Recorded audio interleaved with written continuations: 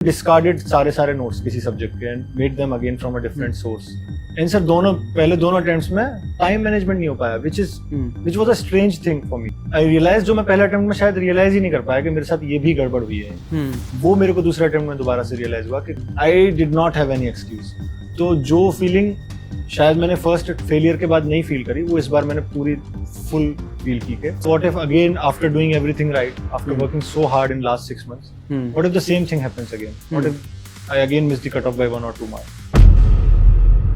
What was different in 2023 in prelims prep?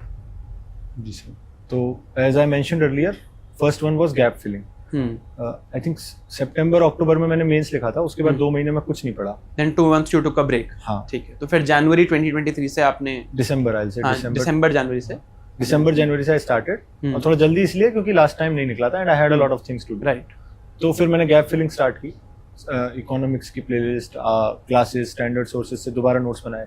पिछले साल मेरे को लग रहा था जिन नोट्स में जो कमी है वो दूर की। आई इवन डिस्कार्डेड सारे नोट्स किसी सब्जेक्ट के and made them again from a different source, from a more exhaustive source I will say, जिससे क्वेश्चंस बन पाए। Right, I wrote the test series 2023 के लिए। I align my preparation with the test series कि इतना इस time में revise करना है, प्लस मुझे ये खत्म भी करना है। तो वो थोड़ा और वेल ऑर्गेनाइज और वेल प्लान्ड मैनर में हुई उस प्रीलिम्स की preparation, and I was feeling more confident कि तो कहाँ गैप्स थे उस अटेम्प्ट में, उस 2023 के लिए? I was environment, science and tech, economics, geography. Okay, ये 4 एरियाज आपने, ठीक हाँ। है, और कैसे फिर फिल किया आपने वो gaps? Environment and science and tech के लिए तो सर आपका कोर्स आया था प्रीलिम्स से जस्ट पहले, तब तक भी वो गैप था ही। After that I got some surety कि चलो अंडरस्टैंडिंग हो गई है तो क्वेश्चंस में कर लूंगा, and I was feeling confident. तो अब 2023 के लिए आई थिंक दिसंबर से आपने प्रेप करना स्टार्ट किया। आई थिंक मई में या जून में प्रीलिम्स था। हाँ जी सर। तो मई लास्ट वीक और जून फर्स्ट वीक वही रहता है जनरली। तो अब after gap filling what happened in the paper? अब आपने पूरा पढ़ लिया है, तो actually this is what I know your story, right? हमने बात भी करी है इस बारे में। जी sir. But I want everyone to know this because ये कॉमन है and I think they need to know about your resilience. जी सर। मतलब आई थिंक जैसे आपकी रैंक इस बार टॉप 50 में आई है, लोगों को बस लगता है कि बस कोई ये बता दे क्या पढ़ा, बट कोई ये नहीं बताता the effort that you have put in, right? The multiple times that you have gone through this process again and again. वो चीज मैं आपसे सुनना चाहता हूँ। तो फिर क्या हुआ पेपर में? सर 2023 का paper was a bit surprising as well. Tough भी, बहुत tough. I think the toughest paper 2025 जितना ही टफ पेपर कह सकता हूँ। आई थिंक ओनली 2 वाले तो 2022 में भी आए थे क्वेश्चंस, बट 8 ही आए थे। लेकिन इस बार ज्यादा आए, 47 टफ भी थे क्वेश्चंस। तो आंसर पहले दोनों अटेम्प्ट्स में टाइम मैनेजमेंट नहीं हो पाया, which was a strange thing for me कि प्रीलिम्स में टाइम मैनेजमेंट का आपने जेई भी दिया है? जी सर। Even then? हाँ जी सर। मेरे मॉक्स 15 मिनट पहले खत्म हो रहे हैं घर पे, बट एक्चुअल प्रीलिम्स में मैं सेकंड इटरेशन कंप्लीट ही नहीं कर पा रहा। तो that was another issue. I realise जो मैं पहले अटेम्प्ट में शायद रियलाइज ही नहीं कर पाया कि मेरे साथ ये भी गड़बड़ हुई है, वो मेरे को दूसरे अटेम्प्ट में दोबारा से रियलाइज हुआ कि कुछ तो गड़बड़ कर रहा हूँ।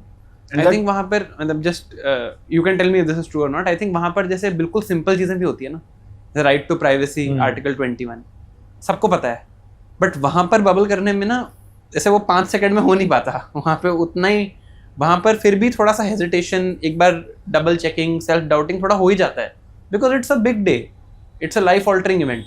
तो आई थिंक वो भी एक रीजन रहता ही है कि हम वहां पर पेपर को इतनी जल्दी कंप्लीट नहीं कर पाते। आई थिंक सर, हाँ, जो आपने बोला किसी न किसी लेवल पे वही एक रीजन है कि we want to be extra sure. तो मैं क्या करता था पहले 2 अटेम्प्ट्स में, माय स्ट्रेटजी वाज कि मैं एक इटरेशन करूंगा फिर ओएमआर भरूंगा। तो जब मैं ओएमआर भरने जाता था ना, I started reading the questions to be extra sure कि मैंने कोई गलती तो नहीं कर दी, कोई सिली मिस्टेक तो नहीं कर दी इन क्वेश्चंस में एटलीस्ट। तो बेसिकली मैंने फर्स्ट इटरेशन 2 बार कर दिया, and this was a blunder पहले 2 अटेम्प्ट्स में। इसीलिए मैं क्वेश्चंस चाह के भी अटेम्प्ट नहीं कर पा रहा था 70-72 से ज्यादा। तो ये एक बहुत बड़ी मिस्टेक थी जो एक्चुअल प्रीलिम्स में मेरे से हुई। It was heart breaking sir, दूसरा prelims, because to be in the same position again, आप बॉर्डर पर लटक रहे हो despite working twice as hard. आपने मेहनत भी करी है जी, is not a good feeling. अब मेरे पास कोई बहाना नहीं था खुद को देने के लिए कि मैंने ये गैप्स छोड़ दिए, या मे बी मेरे कॉलेज के एग्जाम्स थे इसलिए मैं लास्ट में अच्छे से नहीं पढ़ पाया। आई did not have any excuse. तो जो फीलिंग शायद मैंने फर्स्ट फेलियर के बाद नहीं फील करी, वो इस बार मैंने पूरी फुल फील की के।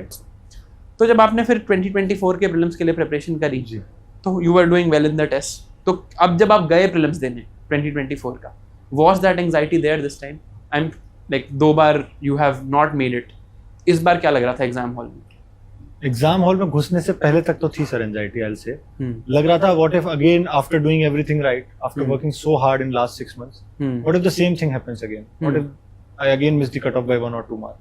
It's a real possibility because it's prelims, you never know. तो लेकिन but sir after entering the exam hall and after seeing the paper I felt a sense of calm around me. I think वो इसी वजह से था जो आप बोल रहे हो. I think plateau of mediocrity जो होता है वो break हो गया था मेरे लिए. I did very I love good. this term, plateau of mediocrity. I saw this graph somewhere. I don't remember कहाँ पे, but it's like efforts you put in, but the progress that happens it goes like this, but then it breaks. So most people quit here. They don't wait till the moment it breaks. So I think वो हो गया था, उस वजह से एक confidence था. Paper भी रिलेटिवली इजियर था 2023 अटेम्प्ट से. आपको उस टाइम पे ये नहीं पता होता कि सबको इजी लग रहा है, आपको लग रहा होता है कि मेरे को इजी लग रहा है क्योंकि मैंने बहुत पढ़ाई की है. राइट. मतलब पहले 7 क्वेश्चन किए और 7 बन गए, तो आई वाज वेरी सरप्राइज्ड कि ये क्या चल क्या रहा है, सही पेपर मिला है ना मुझे. उसके बाद अगले 4 नहीं बने, देन आई वाज लाइक अच्छा आप ठीक है, अभी यूपीएससी का पेपर है. और बहुत सारी चेंजेस की थी अपनी स्ट्रेटजी में. Now I was filling the OMR then and there. Question 1 mark किया, ओएमआर भरी, आगे बढ़ा, ताकि वो सेल्फ डाउट का स्कोप ही ना बचे. No scope for overthinking. This question I did not have in mind कि मुझे कितने क्वेश्चन अटेम्प्ट करने हैं, मुझे 100 ही करने थे क्योंकि मैंने प्रैक्टिस ही उसी की थी.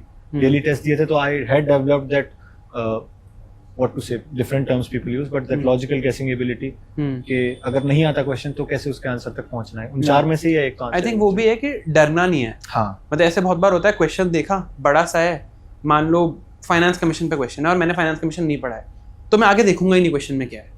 बट अगर आपने वो प्रैक्टिस कर ली है, नॉलेज एक्यूमुलेट कर ली है, तो you will at least see the 4 options, maybe you are able to find something. I think वो डर आप खत्म कर सकते हो उस टाइम पे. तो that is something that happened with you. जी सर. तो 100 क्वेश्चन आपने अटेम्प्ट कर दिए प्रीलिम्स में. उसमें भी एक 97 के बाद मैं रुक गया था सर. अच्छा. 20 सेकंड बचे थे. अच्छा. अब मैं उस द्वंद में था अपने दिमाग में कि क्या करूं इन 3 क्वेश्चंस को. लास्ट में इन 3 क्वेश्चंस की वजह से ही रह गया, तो क्या मैं खुद को माफ कर पाऊंगा. फिर मैंने कहा छोड़ो यार, प्रैक्टिस ही इसी की है, जो होगा देखा जाएगा. I practised for this very moment, let me do it. और सर वो तीनों सही हो गए थे. पहले निकल के मैंने वही तीनों चेक किए थे. अच्छा. बिकॉज़ वो 1 वर्ड वाले क्वेश्चंस थे. अच्छा. जिसका मेरे को कोई आइडिया नहीं था. अच्छा. सम ऑप्शंस आई हैड रेड, तो उनको उस तरीके से एलिमिनेट करके आई सॉल्व देम. उसके अलावा मैंने कुछ चेक नहीं किया. मुझे लगा इस बार तो निकल जाएगा प्रीलिम्स, क्योंकि जो नहीं आते 3 वही तीनों सही कर. तो it was like that. I attempted 100 last में. तो this is not a suggestion sir. I am not asking you to do it. I remember sir this IAS officer Suraj sir, वो एक टॉपर स्टॉक लेने आए थे. उन्होंने अपनी स्ट्रेटेजी बताई थी. I picked this from there कि मुझे अपने दिमाग में ये क्वेश्चन रखना ही नहीं था कि मैं इस पेपर में कितने क्वेश्चन अटेम्प्ट करूं. पेपर कैसा भी आएगा, मुझे 100 क्वेश्चन करने हैं, जो होगा मैं उसके लिए प्रैक्टिस करूंगा.